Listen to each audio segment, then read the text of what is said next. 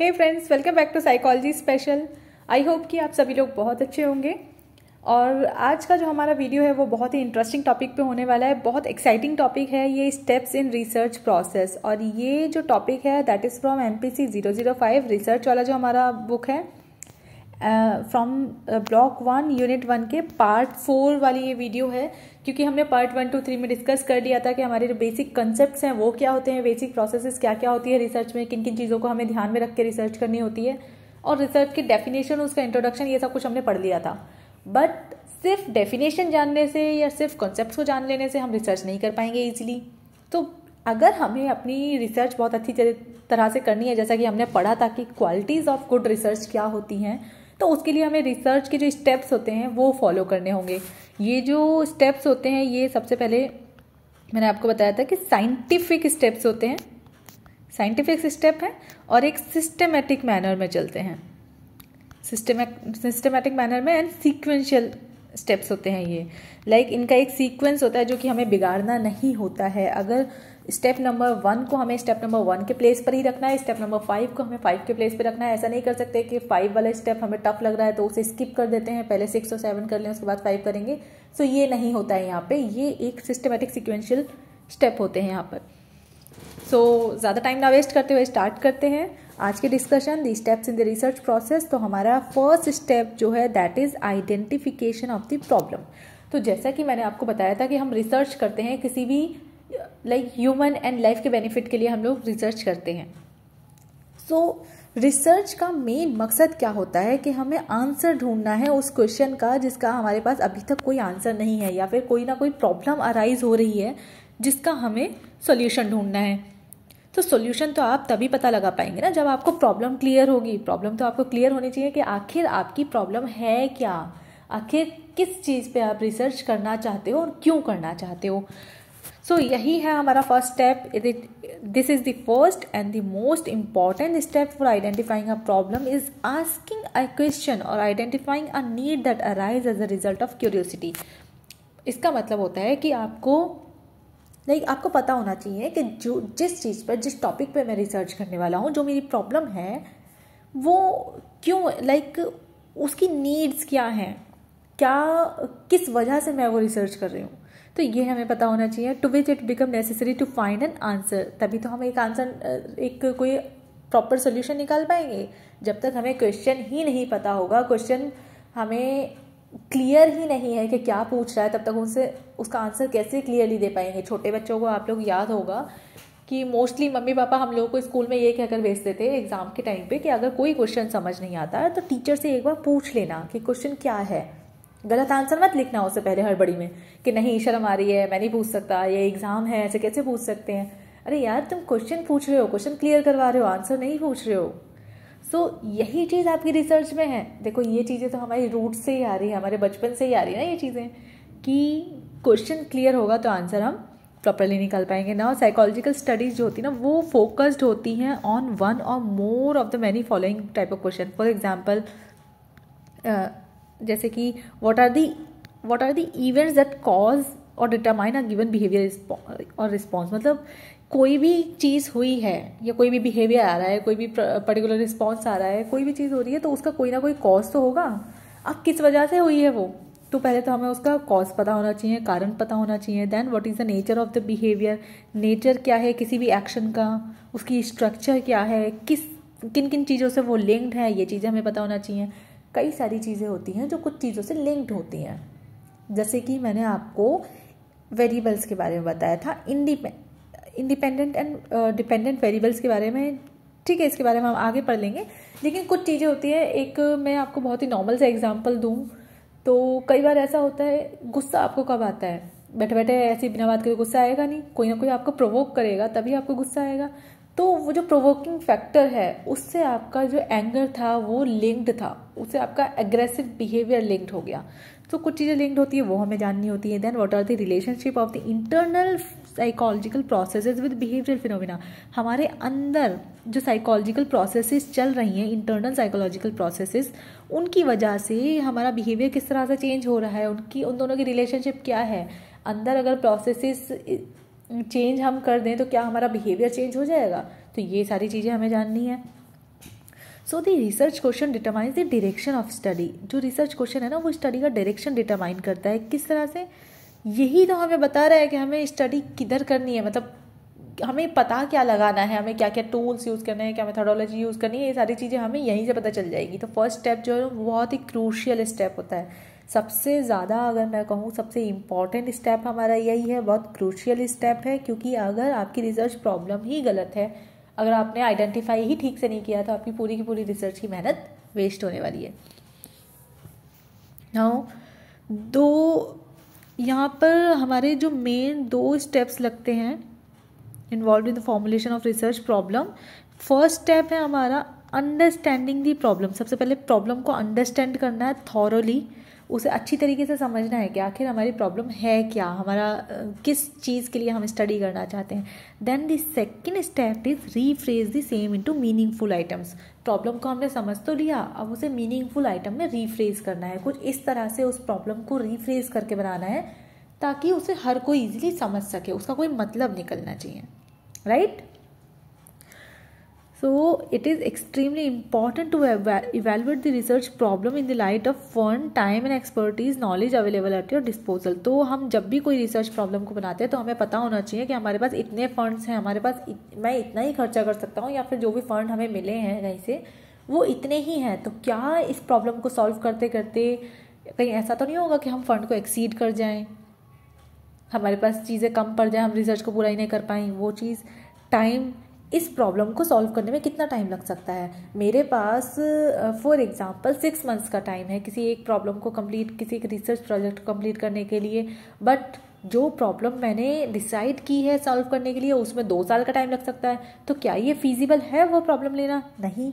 Expertise, क्या आप इतने एक्सपर्ट हो कि आप उस प्रॉब्लम को सॉल्व कर सकते हो? अब आपकी एक्सपर्टीज़ का लेवल MA के लेवल पे है, आपकी मास्टर्स के लेवल पे है, और आप एक बहुत ही वास्ट, बहुत बड़े लेवल की रिसर्च को अगर करना चाहते हो तो उसके लिए वो पॉसिबल ही नहीं हो पाएगा ना, आपकी इतनी एक्सपर्टीज़ ही नहीं है। तो वो भी आपको ध्यान में रखना होता है। Okay, then knowledge available at your disposal. तो क्या क्या नॉलेज अवेलेबल है वो सारी चीज़ें भी आपको ध्यान में रखनी होती हैं। सो ये बहुत इम्पॉर्टेंट होता है कि आप इन चीज़ों को ध्यान में रखें to identify any gaps in your knowledge of relevant discipline. कोई गैप्स तो नहीं है आपकी नॉलेज में, मतलब अभी आपको बहुत चीज़ें सीखनी बाकी हैं, तो वो चीज़ें जानने के लिए भी आपको पता होना चाहिए कि मेरे पास इतनी नॉलेज है तो मैं इस तरह से काम कर सकता हूँ। तो आपको वही टॉपिक सिलेक्ट करना है, वही प्रॉब्लम सिलेक्ट करनी है, राइट। सो अभी इसके बारे में हम लोग आगे बहुत कुछ पढ़ेंगे। तो ये तो एक बेसिक एक ब्रीफ इंट्रोडक्शन है about the step 1 identification of the problem. इसके लिए हमारे पास आगे पूरे चैप्टर्स है जिनमें हम थॉरोली इन सारी चीज़ों को पढ़ेंगे, डीप जाकर थोड़ा पढ़ेंगे। सो अभी के लिए यहाँ देख लेते हैं once the question had been asked next. अब हमने रिसर्च क्वेश्चन हमें पता चल गया। नेक्स्ट स्टेप हमारा होता है, नेक्स्ट थिंग क्या होती है, is to identify the factors that have to be examine to answer the questions. हमें वो फैक्टर्स आइडेंटिफाई करने जो हमें एग्जामिन करने होते हैं। लाइक यहाँ पे कुछ एग्जाम्पल दिए हुए हैं, जैसे कि चाइल्ड की एज, सोशियो इकोनॉमिक स्टेटस, ये सारी चीज़ें, बहुत सारी चीज़ होती है जो हमें एग्जामिन करनी होती है, तो वो सारे फैक्टर्स हमें पता होने चाहिए। ओके, नेक्स्ट हमें कुछ और चीज़ें भी, जैसे हमारी रिसर्च प्रॉब्लम यहाँ पे प्रिपेयर हो चुकी है। रिसर्च प्रॉब्लम आपकी रिसर्च प्रॉब्लम ये थी, तो इसके बारे में आपको पता होना चाहिए क्या ये पहले इसी चीज़ को पहले इन्वेस्टिगेट किया गया है या नहीं। कहीं ऐसा तो नहीं कि पहले भी इसी चीज़ को इन्वेस्टिगेट किया गया हो और वही आंसर निकल के आ रहा जो आप चाहते थे, राइट। या हो सकता है कि कहीं आप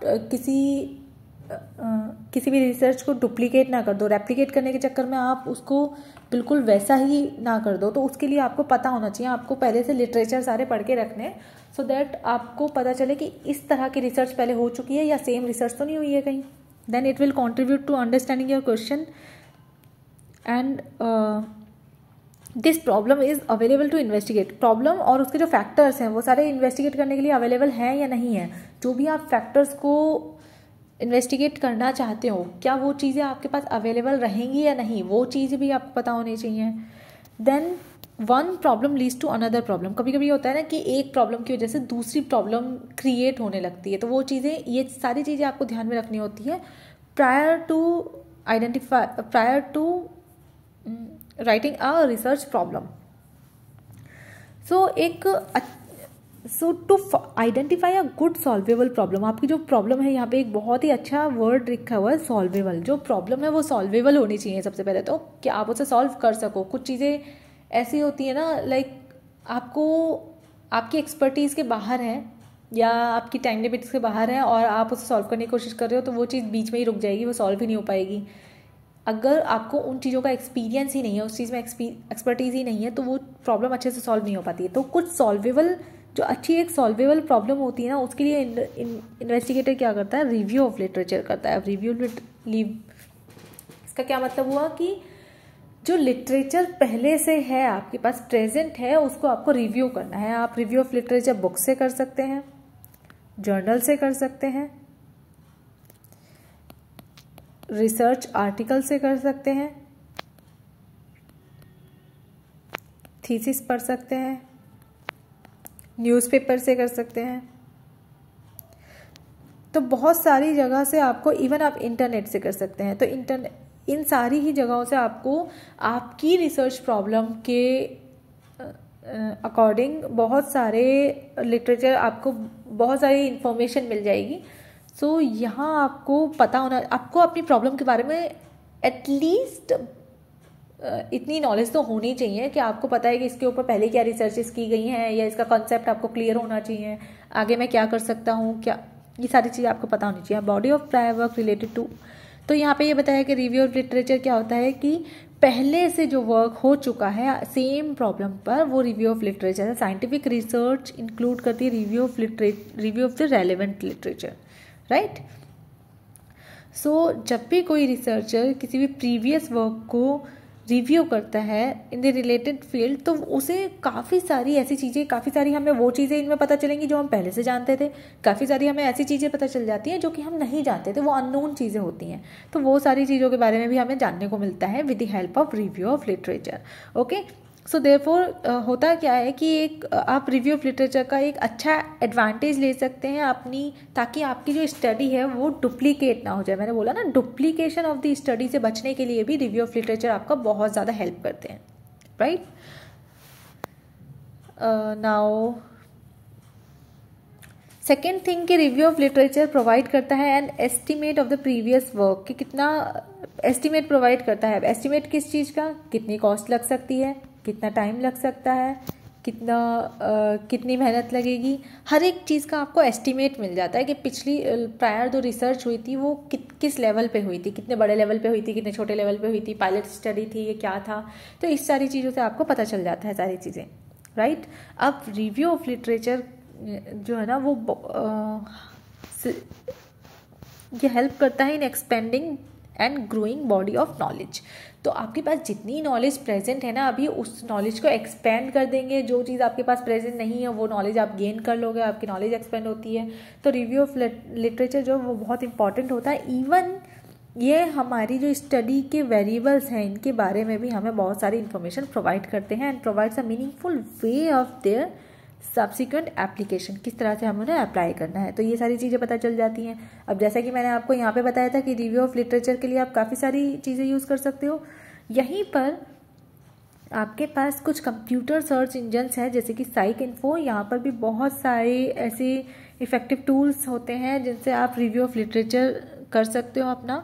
रिव्यू ऑफ लिटरेचर को हम लोग शॉर्ट में ROL बोलते हैं। तो कहीं ये वर्ड आपको लिखा हुआ मिलता है तो आप कंफ्यूज नहीं होंगे, रिव्यू ऑफ लिटरेचर, ये आप समझ जाइए। तो यहाँ पे बहुत सारे सोर्सेज हैं जैसे कि मैंने आपको बताया था, journals, books, abstracts, indexes, periodical, ये सारी चीज़ें हैं, यहाँ से आप अपना रिव्यू ऑफ लिटरेचर कर सकते हो। सेकेंड स्टेप हमारे पास क्या होता है, it is formulating a hypothesis. तो अब हमें हाइपोथेसिस फॉर्म करनी है। अब सबसे पहले हमने क्या किया, प्रॉब्लम को आइडेंटिफाई कर लिया, उस पर रिव्यू ऑफ लिटरेचर भी हमें मिल गया, तो हमारी नॉलेज बहुत ज़्यादा एक्सटेंड हो चुकी है। अब हम समझ सकते हैं, अब हम कुछ ना कुछ तो आइडिया लगा ही सकते हैं कि यार मेरी प्रॉब्लम का सोल्यूशन ये होने वाला है, शायद ये हो सकता है। तो हमारा सेकेंड स्टेप जो है that is formulating a hypothesis. Hypothesis क्या होता है? ये एक टेंटेटिव स्टेटमेंट होती है, टेंटेटिव स्टेटमेंट होती है जिसे हम एज अ आंसर भी यूज़ कर लेते हैं। हम उसे, ये टेंटेटिव स्टेटमेंट है और दूसरा ये टेस्टेबल स्टेटमेंट है। इसे हम लास्ट में टेस्ट करते हैं कि क्या ये सही है, क्या ये गलत है जो हमने सोचा।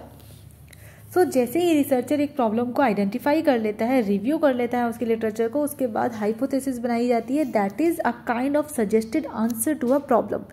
तो ये एक तरह से सजेस्टेड आंसर होता है टू अ प्रॉब्लम, राइट। जैसे कि मैंने अभी बताया था कि कोई भी आंसर जो आप खुद से सजेस्ट कर रहे हो कि ये इसका आंसर हो सकता है। हाइपोथेसिस जो है ना वो बहुत ही की रोल प्ले करता है in formulating and guiding any study. किसी भी स्टडी को गाइड करता है, क्योंकि हाइपोथेसिस फॉर्म होने के बाद आपको अब पता है कि मुझे किस डायरेक्शन में जाना है, क्या मुझे अपने एक्सपेक्टेड आउटकम्स मुझे क्या चाहिए। बट यहाँ पे आपको बायस नहीं होना है, एक्सपेक्टेड आउटकम्स की वजह से आपको बायस नहीं होना है कि अगर आपके आउटकम्स उस डायरेक्शन में नहीं आ रहे हैं तो आप वो उन चीज़ों को अवॉइड करना शुरू नहीं करना है, या फिर स्टडी को आपकी दूसरी डायरेक्शन में नहीं लेके जाना। जहाँ आपकी स्टडी जा रही है वहाँ लेकर जाइए, राइट।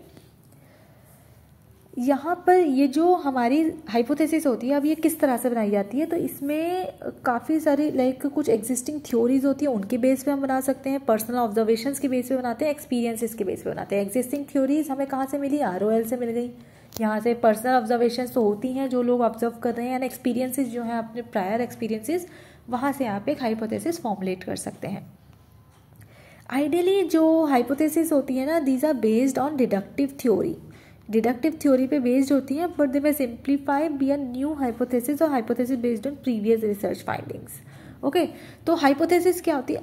अब अगर मैं इसकी डेफिनेशन आपको बताऊं तो हाइपोथेसिस में be defined as a tentative statement, जो कि मैंने आपको पहले भी बताया, showing a relationship between variables under study. तो स्टडी के अंदर जितने भी वेरिएबल्स होते हैं उनके बीच में रिलेशनशिप ये बताता है। वेरिएबल, जैसे कि मैंने आपको पहले भी बताया था, वेरिएबल्स क्या होते हैं? वेरी मतलब चेंज, एबल मतलब चेंज होने के लायक है ये, तो ये change can be change. Okay, तो वेरिएबल्स जो है वो चेंज हो सकते हैं। वेरिएबल्स दो तरह के होते हैं, मेनली वेरिएबल्स हम दो तरह के यूज़ करते हैं यहाँ पे। वैसे वेरिएबल्स काफ़ी तरह के होते हैं, राइट। हम यहाँ पर यूज़ कर रहे हैं इंडिपेंडेंट वेरिएबल्स। हर एक स्टडी में ये तो यूज़ होता ही है। इंडिपेंडेंट वेरिएबल हो गया और एक डिपेंडेंट वेरिएबल हो गया। वैसे हमारे पास एक्सटर्नस वेरिएबल्स भी होते हैं, कंफाउंडिंग वेरिएबल्स भी होते हैं, हर तरह के वेरिएबल्स हमारे पास हैं। तो इंडिपेंडेंट वेरिएबल क्या होता है? जिसको किसी चीज़ से फर्क नहीं पड़ता, ये चेंज नहीं होता, नॉट चेंज, या फिर मैनिपुलेट नहीं होता है ये, राइट। इस पर कोई असर नहीं पड़ रहा। इंडिपेंडेंट वेरिएबल क्या है? इंडिपेंडेंट वेरिएबल है हमारा चिकना घड़ा, राइट। चिकना घड़ा आपने सुना होगा। चिकना घड़ा क्या होता है? जिसको आप कुछ भी कह लो कोई असर ही नहीं पड़ता है, वो वैसा का वैसा रहता है। तो इंडिपेंडेंट वेरिएबल हमारा वैसा का वैसा रहता है, इस पर कोई असर नहीं पड़ रहा, ये बिल्कुल चिकना घड़ा है। लेकिन डिपेंडेंट वेरिएबल क्या है? ये वो मासूम सा, बहुत ज़्यादा इमोशनल टाइप का बच्चा है ना, जिसे थोड़ा सा डांट दो और वो रोने लग जाता है, वो चेंज हो जाता है। अभी वो खुश था, अभी वो रोने लग जाएगा। तो डिपेंडेंट वेरिएबल क्या है? जो डिपेंड करता है इंडिपेंडेंट पर। So it can be changed if we change independent variable. तो जैसे ही हम इंडिपेंडेंट वेरिएबल को थोड़ा सा चेंज करेंगे, डिपेंडेंट वेरिएबल भी चेंज हो जाएगा। तो डिपेंडेंट वेरिएबल जो है ना वो बहुत ही मासूम है बेचारा। इंडिपेंडेंट वेरिएबल ने अपना थोड़ा सा रंग क्या बदला, डिपेंडेंट वेरिएबल बेचारा इमोशनल हो गया इसके पीछे, राइट, क्योंकि ये डिपेंड करता है इसके ऊपर। अब अगर तुम किसी के ऊपर डिपेंड करते हो और वो आपको धोखा देने लग जाए तो क्या करोगे? रोने लग जाओगे ना, कुछ तो करोगे यार, रोगे, बदला लोगे, कुछ ना कुछ तो करोगे। तो डिपेंडेंट वेरिएबल अपना रंग बदल लेता है, कैसे? इंडिपेंडेंट वेरिएबल के बदलने से। और इंडिपेंडेंट वेरिएबल तो आपका चिकना घड़ा है ही, इस पर तो कोई फर्क ही नहीं पड़ रहा। सो आई होप कि ये वेरिएबल, डिपेंडेंट, इंडिपेंडेंट वेरिएबल, ये बहुत कंफ्यूजिंग सी टर्म होती है, लेकिन आपको आज अच्छे से समझ आ गई होगी। और अगर नहीं आई है तो आप कमेंट बॉक्स में लिख सकते हो। मे बी इसे ईजी तरीका अगर मुझे मिलता है तो मैं आपको वो बताने की कोशिश करूँगी। So now let's get back to hypothesis. हम हाइपोथेसिस की बात कर रहे थे। हाइपोथेसिस की डेफिनेशन हमने देख ली थी कि ये एक टेंटेटिव स्टेटमेंट है और ये वेरिएबल और ये स्टडी में जितने भी वेरिएबल्स होते हैं उनके बीच की रिलेशनशिप को हमें बताता है, राइट। नाउ मैंने ये भी बताया था कि ये एक टेस्टेबल स्टेटमेंट होती है. At the point you may develop the following hypothesis like those who are revolted shall require lesser number of case.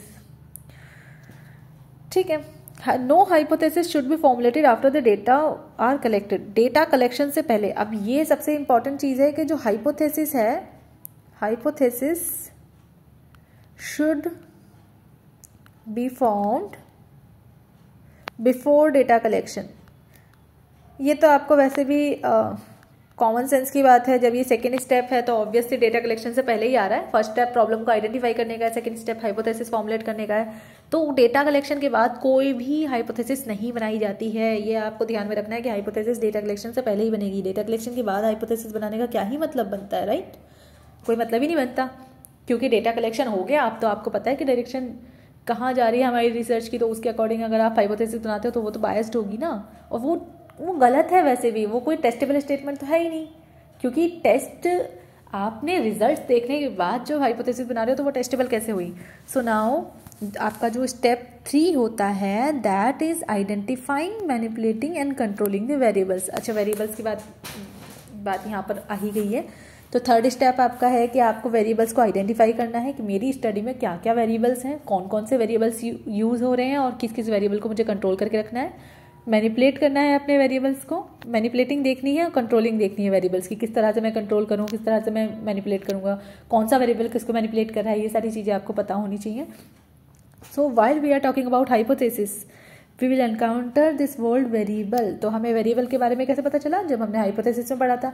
Variables are defined as those characteristics which are manipulated, controlled and observe by the experimenter.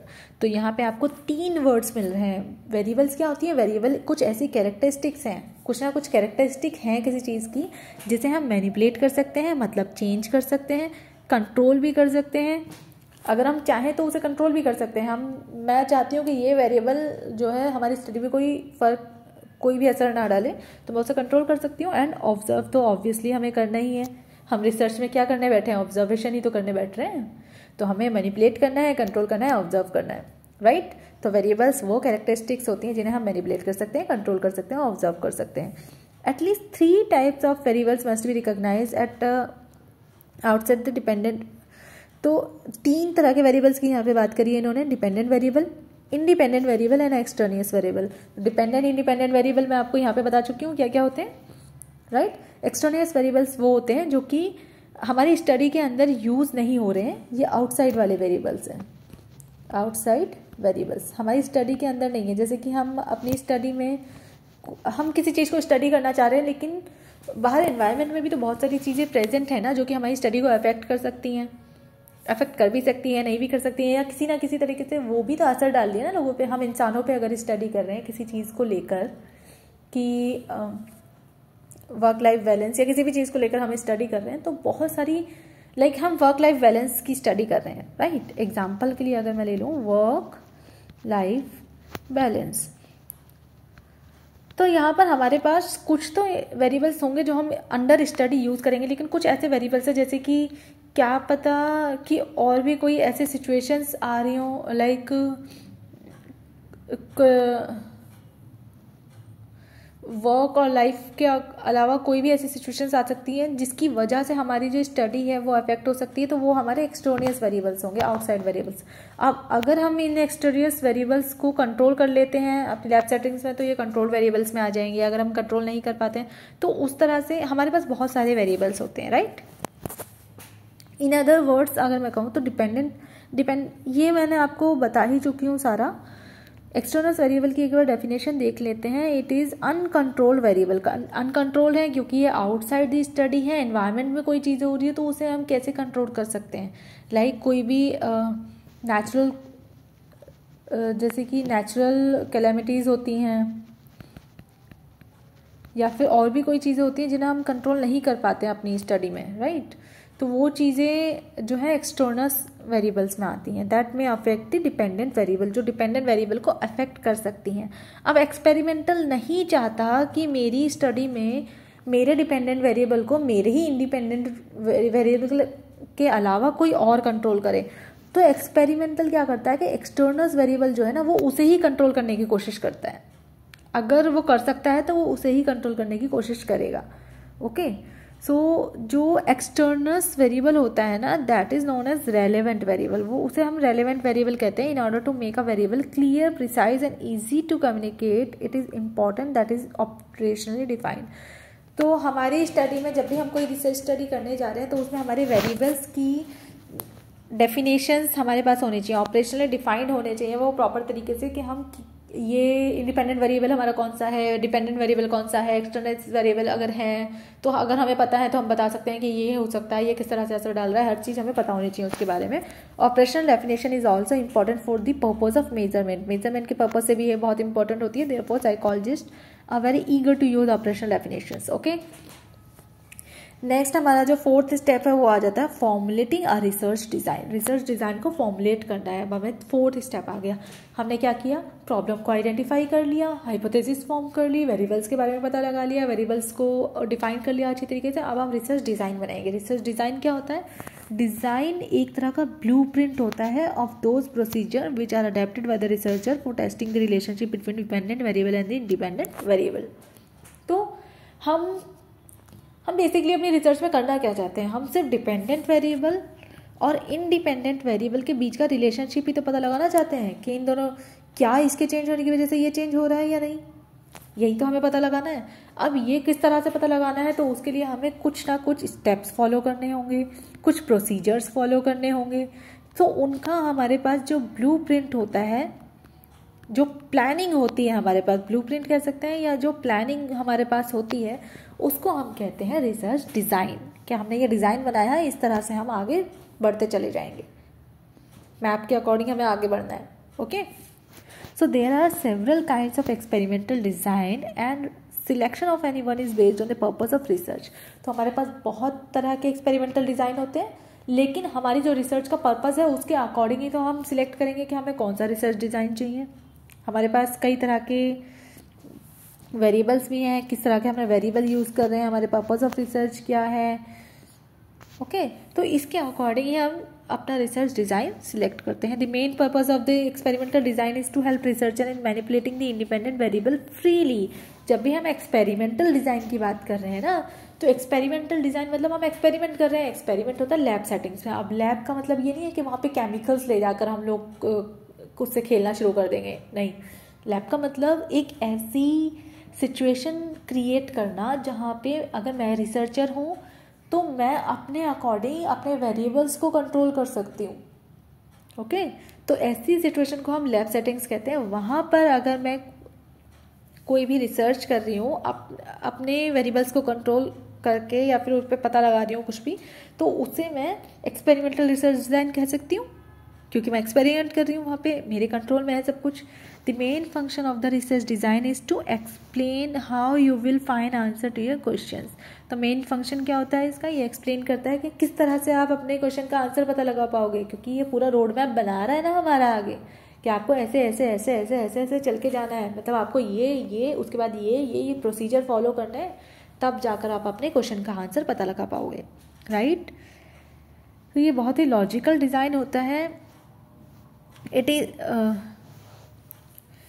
for any investigation, the selection of an appropriate research design is crucial in enabling to arrive a valid finding। जब हम अच्छा एक research design choose करते हैं तो हम एक proper valid findings तक जा सकते हैं, हम कंपैरिजन्स कंक्लूजन्स तक पहुंच सकते हैं। रिसर्च डिज़ाइन ना एक बहुत ही इम्पॉर्टेंट टॉपिक है, ये आपके आगे वाले चैप्टर्स में आने वाला है, तो उसमें हम इसे थॉरोली पढ़ेंगे बहुत अच्छे से, क्योंकि यहाँ पे मैं सारी चीज़ें आपको एक्सप्लेन नहीं कर पाऊँगी, इतना स्पेस भी नहीं है ना इस पेज पे, और ना ही हमारे पास इतना टाइम है अभी, राइट, क्योंकि हमें सारे के सारे स्टेप्स कवर करने हैं।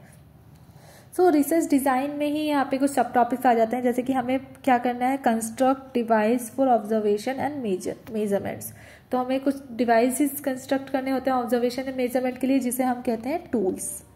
तो यहाँ पे जो हमारे टूल्स होते हैं वो हमारे क्वेश्चनेयर्स हो सकते हैं, क्वेश्चनेयर्स, स्केल्स हो सकते हैं, बहुत सारी चीज़ें, इवन इंटरव्यूज़ ले सकते हैं हम। क्वेश्चनेयर्स, स्केल्स, इंटरव्यूज़, ये सारी चीज़ें हम यूज़ करते हैं रिसर्च अपने क्वेश्चन का आंसर पता लगाने के लिए। तो डेटा कलेक्शन के लिए हम जो भी टूल्स यूज़ करते हैं ना, वो चीज़ें यहाँ पे आ जाएंगी। तो रिसर्च डिज़ाइन में यही है ना कि वो कह रहे हैं कि पहले तो आप टूल सिलेक्ट करो कि आपको किस तरह से किस क्वेश्चनियर पे बेस्ड या किस तरह से आपको डेटा कलेक्ट करना है। फिर वो कह रहा है कि इसके बाद आपको सैम्पल सिलेक्शन करना पड़ेगा। जो सैम्पल क्या होता है, आप रिसर्च करते हो किसी पॉपुलेशन पे, जिन पर आप रिसर्च कर रहे हो उसे हम कहते हैं पॉपुलेशन, राइट। आप पूरी की पूरी जो अपनी फाइंडिंग्स को जनरलाइज करोगे ना, जनरलाइज फाइंडिंग्स ऑन पॉपुलेशन, तो आप पूरी की पूरी पॉपुलेशन पे अपनी फाइंडिंग्स को जनरलाइज करोगे।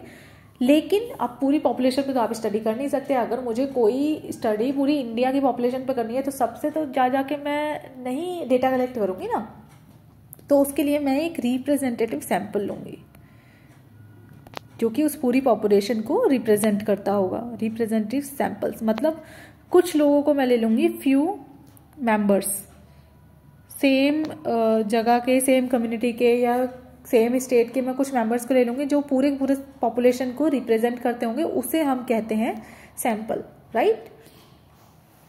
अब हमने सैंपल सिलेक्ट कर लिया। सैंपल सिलेक्शन के भी बहुत सारे प्रोसेसेस होते हैं, काफ़ी सारी प्रोसेस ऑफ सैंपल सिलेक्शन, ये भी हम आगे पढ़ेंगे। उसे हम कहते हैं सैम्पलिंग प्रोसेस।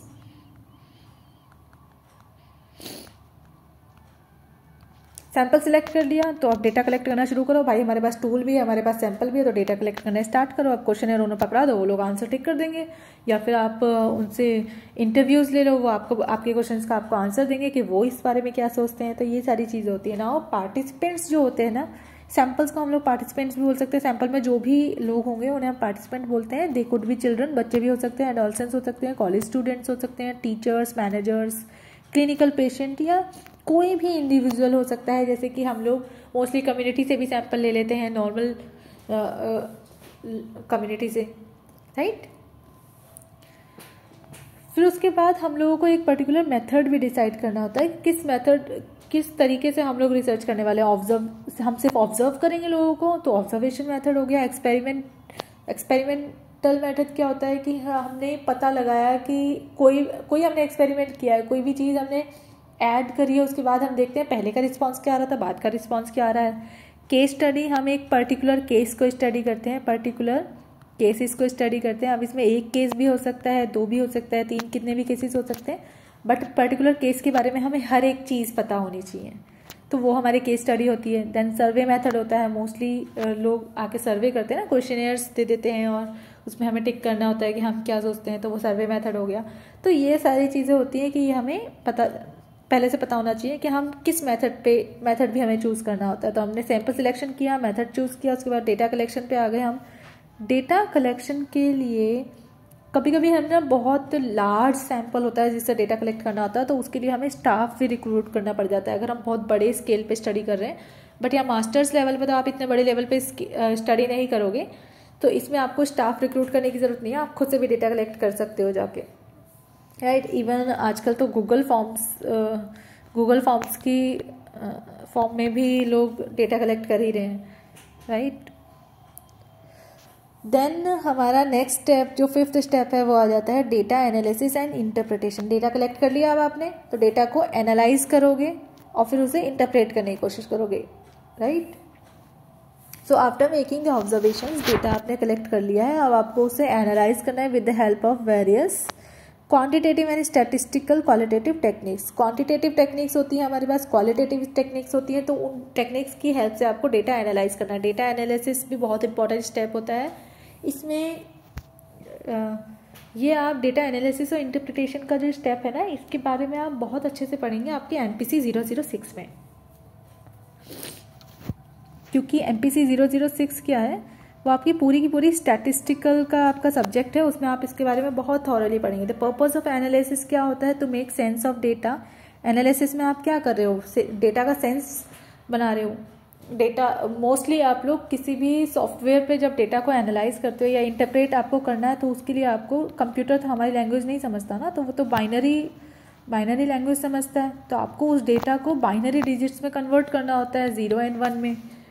इस तरह से आप कन्वर्ट करेंगे तो आपको एक इस तरह का डेटा मिल जाएगा जो कि आपके सॉफ्टवेयर पे प्रॉपरली एनालाइज हो पाए।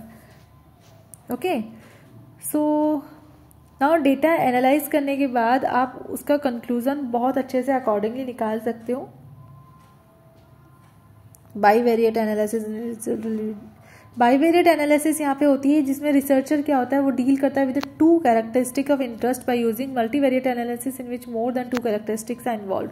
तो हमारे पास दो तरह की यहाँ पे एनालिसिस आ गई, bivariate and multivariate analysis. Bivariate में क्या है कि bi means two, variate means variable.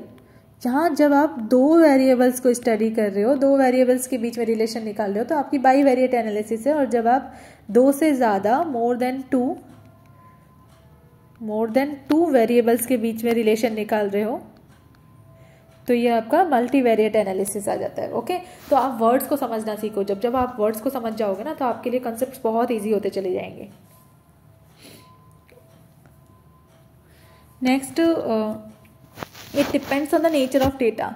हमारा जो एनालिसिस और इंटरप्रिटेशन है ना, वो डिपेंड करती है on the nature of data, purpose of the experiment. Experimental का जो एक्सपेरिमेंट का पर्पस क्या है, मतलब मैं किस लिए अपना एक्सपेरिमेंट कर रही हूँ, उसका पर्पस, डेटा का नेचर क्या है, इस तरह ये सारी चीज़ों पे डिपेंड करता है कि हम कौन सी स्टैटिस्टिक्स यूज़ करेंगे, पैरामेट्रिक स्टैटिस्टिक्स यूज़ करेंगे या फिर नॉन पैरामेट्रिक स्टैटिस्टिक्स यूज़ करेंगे उस डेटा को एनालाइज करने के लिए, राइट। और फिर जब डेटा एनालाइज हो जाएगा उसके बाद ही हमें पता चलेगा कि हमारी जो हाइपोथेसिस है वो एक्सेप्ट हुई है या रिजेक्ट हुई है। ओके, सो जो भी हम स्टैटिस्टिकल एनालिसिस करते हैं ना, उसका पर्पस यही होता है कि जो हमने नल हाइपोथेसिस बनाई है उसे हम रिजेक्ट करें, ताकि हमारी जो मेन हाइपोथेसिस जो हमने बनाई हुई है ऑल्टरनेटिव, वो एक्सेप्ट हो जाए। तो नल हाइपोथेसिस क्या होती है, जिसमें नेगेटिव स्टेटमेंट्स यूज होती हैं। नल हाइपोथेसिस में नेगेटिव स्टेटमेंट्स यूज होती हैं, एंड जो ऑल्टरनेटिव हाइपोथेसिस होती है उसमें पॉजिटिव स्टेटमेंट यूज होती है। पॉजिटिव रिलेशन शो करते हैं इसमें। नल में नेगेटिव रिलेशन मतलब दो वेरिएबल्स है हमारा, वेरिएबल ए और वेरिएबल बी। तो मैं कहूँगी कि वेरिएबल ए और वेरिएबल बी में कोई भी रिलेशन नहीं है, तो ये हमारा नल हाइपोथेसिस है, राइट। अगर मैं कहूँ कि वेरिएबल ए के चेंज होने की वजह से वेरिएबल बी भी चेंज हो जा रहा है, तो ये हमारी ऑल्टरनेट हाइपोथेसिस हुई जो कि पॉजिटिव रिलेशन शो कर रही है यहाँ पे। तो हमें क्या करना होता है, अपनी जो हमारी एनालिसिस हमने की है, स्टैटिस्टिकल एनालिसिस, उसमें अगर हमारी नल हाइपोथेसिस रिजेक्ट हो जाती है तो हमारी ऑल्टरनेटिव हाइपोथेसिस एक्सेप्ट होगी। अगर नल हाइपोथेसिस एक्सेप्ट हो जाती है तो हमारी ऑल्टरनेटिव वाली रिजेक्ट हो जाएगी, राइट।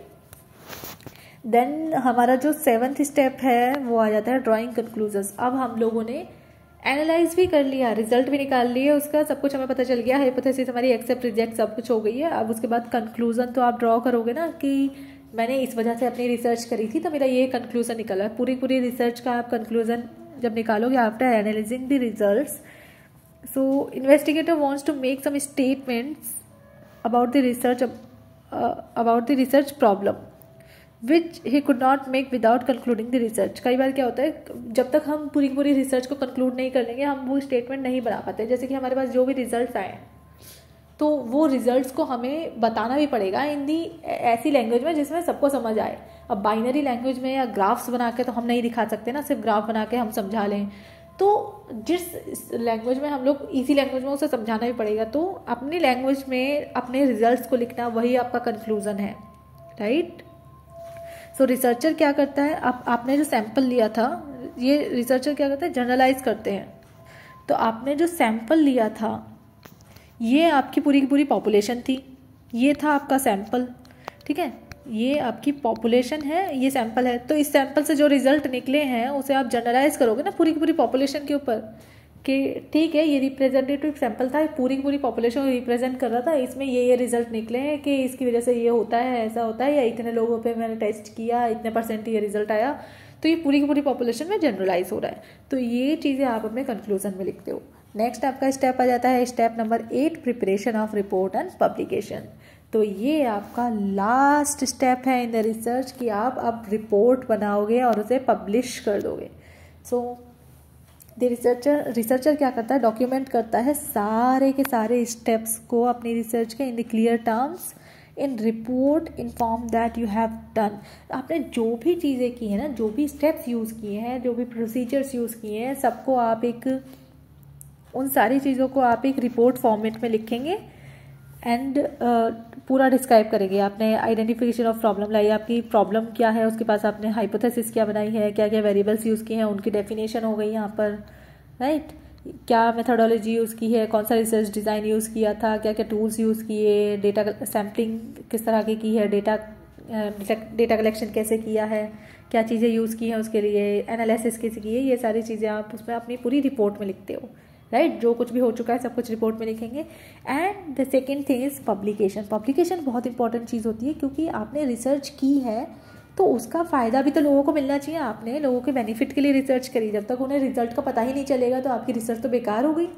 तो जब आप पब्लिश करोगे तो उससे आपकी रिसर्च जो है वो उसका रिजल्ट सब लोगों तक पहुंच सकता है। डिसेमिनेशन, यहाँ पे dissemination of result and publication,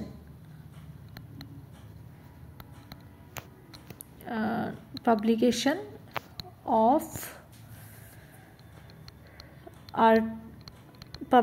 of article या फिर पब्लिकेशन ऑफ थीसिस, ये सारी आपकी जो है इम्पॉर्टेंट होती है। सो अब जब आपकी रिसर्च पब्लिश हो जाएगी तो इसे भी कोई रिव्यू ऑफ लिटरेचर में पढ़ेगा ही ऑब्वियसली, तो ये जो है वो दूसरी स्टडी को रेप्लिकेट करने में भी हेल्प करेगा। सो ये सारे हमारे जो 8 स्टेप्स होते हैं, these are the 8 main steps of how to do a better research. एक अच्छी गुड रिसर्च कैसे की जाए, क्वालिटी रिसर्च, तो उसके लिए हमारे पास ये सारे स्टेप्स हैं। आई होप कि आपको ये स्टेप्स अच्छे से समझ आ गए होंगे। अगर आपको कोई भी कन्फ्यूज़न है इस वीडियो में, किसी भी स्टेप में आपको कोई भी कन्फ्यूज़न है, या आप कोई अच्छा एग्जाम्पल या कोई सजेशन देना चाहते हैं, तो please feel free to write in the comment box. And this will be appreciated अगर आप एग्जाम्पल्स लिखें। कुछ वेरिएबल्स के एग्जाम्पल लिख सकते हैं, या किसी भी रिसर्च प्रॉब्लम के एग्जाम्पल जो भी आपके माइंड में आ रहे हैं।